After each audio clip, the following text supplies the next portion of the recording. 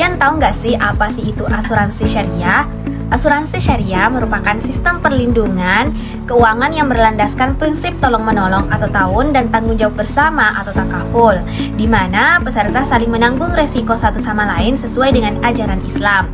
Secara eksplisit, istilah asuransi tidak disebutkan dalam Al-Quran maupun hadis, tetapi nilai-nilai dan prinsip dasarnya telah dijelaskan dalam beberapa ayat.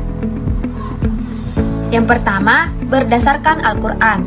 Al-Quran memberikan landasan konseptual terhadap prinsip-prinsip asuransi syariah melalui 3 kategori ayat.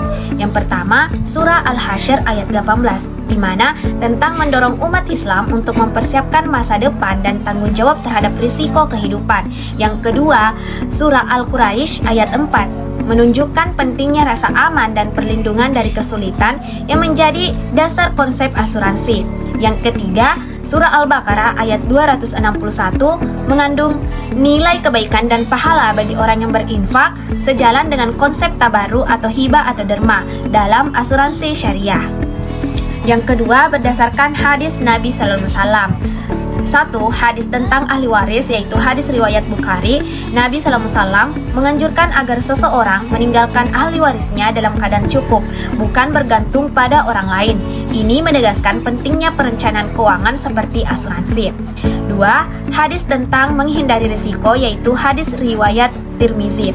Rasulullah SAW menasihati agar seseorang mengikat untanya sebelum bertawakal kepada Allah, menandakan keseimbangan antara ikhtiar dan tawakal. Selanjutnya ada regulasi operasional asuransi syariah berdasarkan peraturan perundang-undangan. Yang pertama ada PMK nomor 135/PMK.05/2005 mengatur perubahan keputusan Menteri Keuangan tentang solvabilitas perusahaan asuransi. 2. PMK nomor 124/KMK.010/2008 mengatur bidang usaha suretship dan asuransi kredit serta menegaskan pembatasan aktivitas bagi perusahaan asuransi syariah. Nah, melalui peraturan ini, pemerintah berupaya memastikan bahwa penyelenggaraan asuransi syariah berjalan dengan standar keuangan yang sehat, transparan, dan sesuai syariat. Regulasi operasional berdasarkan Fatwa MUI. Fatwa DSN MUI menjadi dasar syariah dalam operasional asuransi. 2 akad utama digunakan dalam pelaksanaannya, yaitu 1. Akad tabarru atau tolong-menolong merupakan akad nirlaba di mana peserta memberikan kontribusi sukarela ke dana bersama untuk membantu peserta lain yang tertimpa musibah. Prinsip ini mencerminkan nilai solidaritas sosial dalam Islam.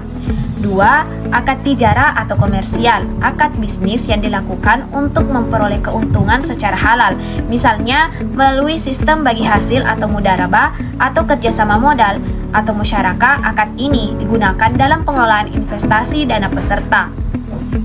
Fatwa DSN MUI nomor 53/DSN MUI-3/2006 dan nomor 52 DSN MUI-3/2006 menjelaskan aturan rinci kedua akad tersebut. Pelaksanaan asuransi syariah harus menghindari unsur riba, gharar, dan maisir serta menegakkan prinsip keadilan dan transparansi. Regulasi operasional berdasarkan OJK dan Bank Sentral. Nah, setelah terbentuknya Otoritas Jasa Keuangan atau OJK, pengawasan asuransi syariah menjadi lebih terstruktur sebagai bagian dari industri keuangan non-bank syariah atau IKNB syariah. Nah, tujuannya untuk memastikan seluruh kegiatan dilakukan sesuai prinsip Islam dan hukum positif. Dasar hukum utama yang pertama ada Undang-Undang Nomor 2 Tahun 1992 menjadi dasar awal usaha perasuransian di Indonesia. 2. Undang-Undang Nomor 40 Tahun 2014 tentang perasuransian mengatur pemisahan unit syariah atau spin-off dan kewajiban perusahaan untuk beroperasi sesuai prinsip syariah. Nah, dengan demikian regulasi dari OJK memastikan asuransi syariah memiliki sistem pengawasan yang kuat serta menjamin perlindungan hak peserta. Selanjutnya ada analisis kesesuaian operasional asuransi syariah. Kesesuaian antara prinsip syariah dan hukum nasional dapat dilihat dari 3 aspek utama. Yang pertama ada aspek syariah atau Al-Quran dan hadis. Operasional asuransi syariah menekankan prinsip ta'awun dan takaful sesuai dengan surah Al-Maidah ayat 2, yaitu tolong-menolong dalam kebaikan. Akad tabarru dan mudarabah mencerminkan semangat gotong royong dan menghindari unsur spekulatif. Yang kedua, aspek hukum nasional berdasarkan Undang-Undang Nomor 40 Tahun 2014 dan POJK Nomor 69 garing POJK 05 2016. Perusahaan asuransi syariah wajib memiliki DPS dan memisahkan dana peserta dari dana perusahaan. Hal ini menjamin transparansi dan kesesuaian dengan prinsip syariah. Yang ketiga ada aspek fatwa DSN MUI. Asuransi syariah mengikuti fatwa DSN MUI nomor 21 garing 2001, nomor 52 garing 2006 dan nomor 53 garing 2006 yang menjadi dasar legal dalam pelaksanaan akad. Hal ini menegaskan bahwa seluruh kegiatan telah sesuai dengan hukum Islam dan sistem keuangan nasional. Secara umum, sistem asuransi syariah di Indonesia telah berjalan sesuai koridor hukum Islam dan peraturan pemerintah. Namun, tantangan masih ada pada aspek edukasi, literasi, serta pengawasan pelaksanaan prinsip syariah di lapangan. Nah, adapun contoh permasalahan dan solusi. Yang pertama, ada permasalahan yang dihadapi dalam asuransi syariah. 1. Kesadaran dan pemahaman masyarakat terhadap asuransi syariah masih rendah. Yang kedua, banyak masyarakat belum memahami perbedaan antara asuransi syariah dengan konvensional. Yang ketiga, kurangnya kepercayaan terhadap lembaga asuransi syariah akibat minimnya edukasi. Dan yang keempat, pangsa pasar asuransi syariah masih kecil, hanya sekitar 4,83% dibandingkan dengan konvensional. Nah, selain dari permasalahan tadi, ada pun solusi yang dapat dilakukan dalam perusahaan asuransi syariah. Yang pertama, ada penguatan peran agen asuransi syariah. Agen perlu diberikan pelatihan agar mampu menjelaskan produk dan manfaat asuransi syariah secara efektif kepada masyarakat.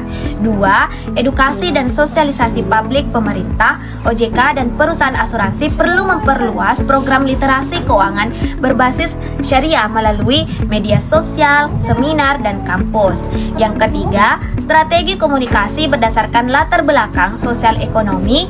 Pesan edukatif harus disesuaikan dengan tingkat pendidikan dan kebutuhan masyarakat agar lebih mudah dipahami. 4. Membangun kepercayaan publik melalui transparansi laporan keuangan, penerapan prinsip syariah yang konsisten, serta pengawasan ketat oleh Dewan Pengawas Syariah atau DPS.